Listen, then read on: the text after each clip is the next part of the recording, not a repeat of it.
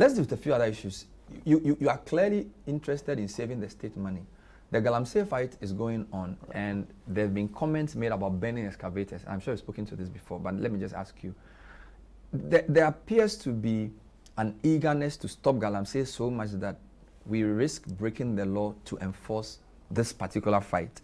So the idea of saying, go to court if you feel your excavator is being burnt illegally. Are you sure that in 3-4 years we'll not be sitting here talking about judgment debts that we have incurred as a state, because the law is quite clear on what to do with a confiscated excavator? Burning is not one of them. Well, even before the burning orders, if I may say so, were issued, apparently there had been some judgment that granted against the government of Ghana in that regard. Yes, I got to know from Randy Abbey on the program on Joy FM that there had been some award last year. And the following Monday, I set out to investigate, and indeed I found that there had been a judgment debt of about $50 million granted. And that was in, I think, July or June last year, in respect of some activities from the inter-ministerial committee. At that time, there was no burning at all. So really, I think that judgment debts, of course, really sometimes becomes unavoidable. But even in respect of that particular judgment debt, even though the time for an appeal has elapsed, I really intend challenging it on procedural grounds.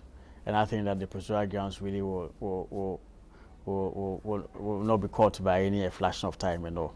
And I believe that the media ought to encourage me in that regard. After all, it's the same public purse that we are seeking to save.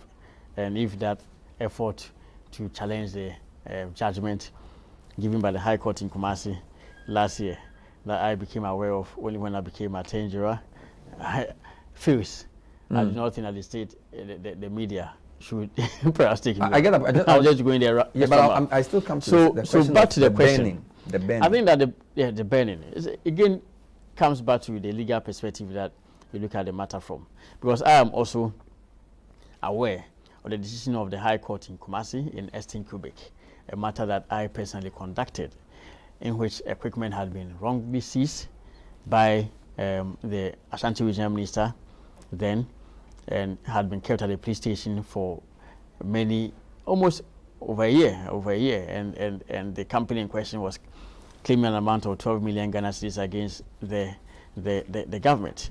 We successfully fought it off on the ground that, to the extent that the equipment were being used for illegal purposes, no consequence ought to follow from a seizure of the equipment. So the principle that we're operating with is that no right accrue to a person who is engaged in illegality. And that's a principle recognized by the courts of Ghana. It's actually captured in a Latin maxim, Este P Causa or non reta 2. So really, these are principles of law established. So, but that would